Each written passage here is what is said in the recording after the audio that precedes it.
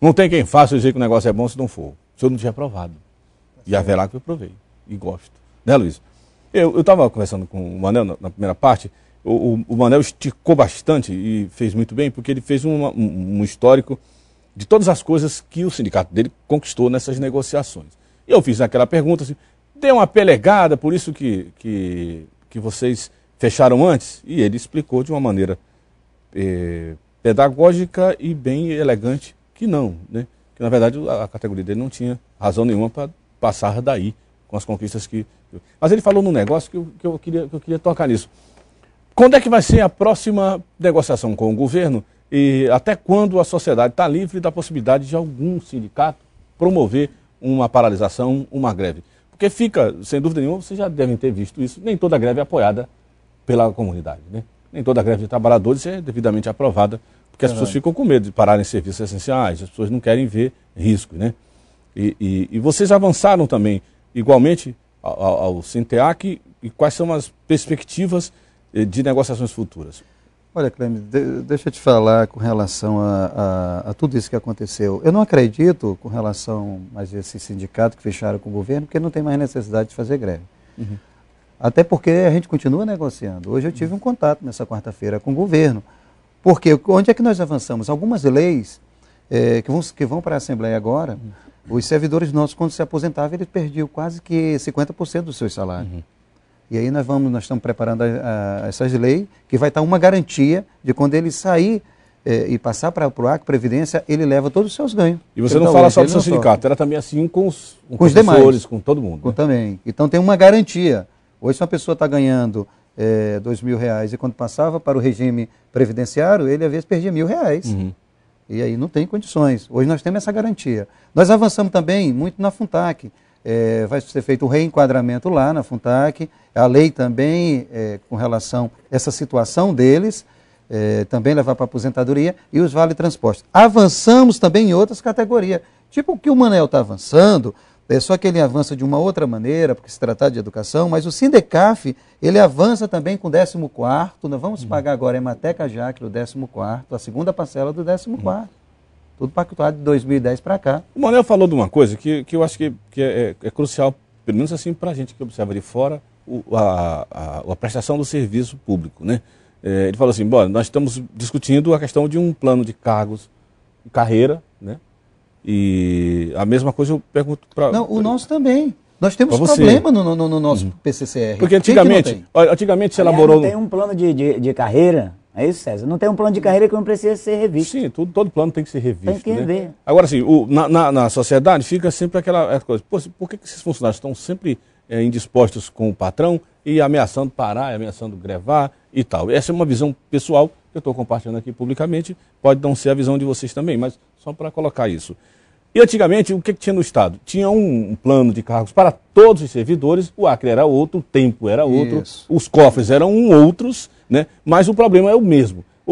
Como se estabelecerá agora uma política uniforme para o funcionalismo do Estado, mantendo todas as diferenças entre eles, mas um só patrão gerenciando tudo isso de uma forma só? Porque a reclamação do governo era essa, assim, tem cinco sindicatos diferentes só na saúde. Cada um quer uma coisa. Mas como contemplar isso? Olha, veja só, tem uma situação que não é obedecida desde 1988, que foi aprovada na Constituição. É o artigo 37, inciso 10º. O que é que ele garante? A reposição anual da inflação anterior. Isso acabaria muito com essas situações de você estar reivindicando aumentos salariais e você poderia repor. Desde 1988 foi feito isso. Agora, foi aprovado agora o voto do ministro Marcos Aurélio foi favorável. E aí a outra ministra solicitou vista ao processo. E isso agora está parado lá no Supremo Tribunal Federal. Isso vai resolver muitas situações, sabe? Por quê? Porque se a inflação do ano anterior, a de 2010, foi 7%, em maio de 2011 o governo repõe esses 7%, se quiser dar um pouquinho a recuperar, reposição da inflação. Porque os nossos salários vão sendo, ao longo desse período todo, né, Manuel, ser corroído. E a nossa política salarial, ela começou há 3 anos atrás, Cleme, a gente respeitar essa questão da formação, do tempo de serviço, da jornada de trabalho e também da função. Quando a gente começou a colocar isso em debate, a gente começou a reparar várias distorções salariais que a gente tinha. Pessoas de uma categoria com a mesma formação, com o mesmo tempo de serviço, ganhando menos com a mesma jornada de trabalho e a mesma função, ganhando diferente de outros. Então, esse foi um debate da isonomia salarial. Vocês conseguem... E aí você diz assim, por que a população fica olhando, esses sindicalistas estão sempre fazendo confusão com o patrão? Nós temos que estar mantendo o que a gente tem, nós temos que estar garantindo para manter os direitos que a gente tem e ampliar outros. Sim. Isso aqui é uma disputa de classe, é a disputa de capital e trabalho. Então não tem jeito. Agora, eu não entendo em nenhum momento que os sindicalistas que estão reivindicando estão errados. Eu não entendo, não. É o direito deles Eu reivindicar. acho, inclusive, que falta algo para eles, senão eles não estariam fazendo isso. Mas, por exemplo, tem pequenas nuances de negociação que não são expostas nem por um lado nem por outro, e os jornalistas interessados ou as pessoas curiosas é que vão buscar informações sobre elas. Por exemplo, essas categorias todas, as que vocês representam e outras que não estão representadas nessa mesa aqui, chegaram a uma reivindicação de 15. Daqui a pouco mudou para 20. Daí o governo ofereceu 20. Eu estou falando aqui do que eu vejo, do que eu vejo de fora. Aí daqui a pouco tem uma que para só por causa de 1% a mais, ou um pouco mais e tal.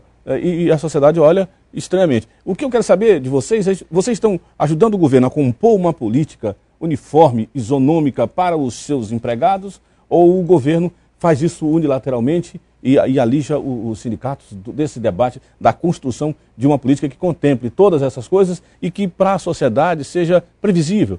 Olha, daqui a 1 ano e meio vocês vão sentar de novo, então nós vamos deixar o nosso filho na escola, porque ela não vai parar. Veja só, Antônio, nós tivemos muitos problemas no passado, o Manel sabe disso, né, desse relacionamento com o governo. Nós avançamos, mas não avançamos o que a gente gostaria de avançar no governo passado. Esse governo acabou de assumir, está com 6 meses. Mesmo sendo a continuidade de um projeto, e aí os sindicatos vêm muito forte em cima desse governo agora. Tá? Tipo a PCB. E aí, quando vem muito forte, o governo acena hoje com 20%. Com relação às nossas particularidades, e eu vejo da educação, agora através da entrevista do Manuel, e a gente tem conversado, ele avança em outros sindicatos, e aí eu não sei aonde é que está realmente pegando com relação a esses 5 sindicatos que continuam em greve, que não são mais 11. Começaram 11, mas hoje são 5. Né? Continuo falando que são 6. Mas veja, nós temos problema de insalubridade, nós temos problema de reenquadramento, nós temos problema de rever os nossos PCCR, nós temos problema de adicional noturno, temos, e vamos sempre continuar tendo. Agora, nós só vamos avançar nisso, nesse consenso, e eu creio muito que nós vamos avançar agora, que já que nós saímos do movimento, e o governo abre essas portas, e o governo reconhece tudo isso, aceita a nossa pauta e diz, olha, dá para dar isso, e a gente continua conversando durante os outros anos que virão. Pelo que eu compreendi aqui de vocês, em outras palavras, vocês alcançaram, vocês conseguiram antecipar conquistas que não seriam nem negociadas agora, é isso? E na verdade isso aqui não é que a gente vai conseguir. O que eu estou colocando aqui é o que já está fechado. E tem uma coisa para mim que é importante esclarecer aqui. Por exemplo, não há briga entre o movimento sindical, como algumas informações saiu nos jornais, alguns jornais e algum blog. Não é briga. Falta compreensão de alguns colegas nossos do movimento sindical compreender que existe uma diversidade muito grande. A categoria do César não tem a mesma especificidade que a minha. Sim, mas então, dá para o governo tratar vocês todos uniformemente dentro de um plano de cargos e salários para o funcionalismo e não para categorias isoladas? Essa é a minha pergunta aqui que eu estou insistindo nisso. Vou responder a sua pergunta, mas dizer que o César pode inclusive achar que 15% para ele está bom, porque ele teve outras grandes vantagens. Sim. E nós podemos entender que 30% para a gente foi pouco. Sim. Porque eu falei de um conjunto de melhoria salarial, um conjunto de bandeiras de lutas, um conjunto de bandeiras de luta que foram discutidas durante mais de 8 rodadas de negociação e implementadas. Mas essa questão, a sua pergunta, nós já respondemos no primeiro bloco. Sim. Nós estamos há muitos anos, nós já vamos fazer 5 anos, que nós estamos discutindo uma política salarial que respeite a formação, o tempo de serviço, a jornada de trabalho e a função de cada um. Quem estuda mais tem que ganhar mais. Sim. Quem tem uma jornada maior Mas quando você diz isso, você fala pelo Sinteac ou fala pelo movimento sindical dos trabalhadores do governo? Esse é o movimento uniforme. É isso que eu quero Tantos os que estão hoje questionando alguns benefícios, que para mim está legítimo, como nós que já fechamos o nosso. Então, isso é um discurso uniforme. Uma coisa é o que nos unifica. Isso nos unifica. Aliás, um aumento salarial linear, como debate, também. É puxado até pelas centrais isso. Agora, olha só, Antônio, o que foi que nós avançamos? Quando o governo ele dá um aumento linear, não deu só no salário, não.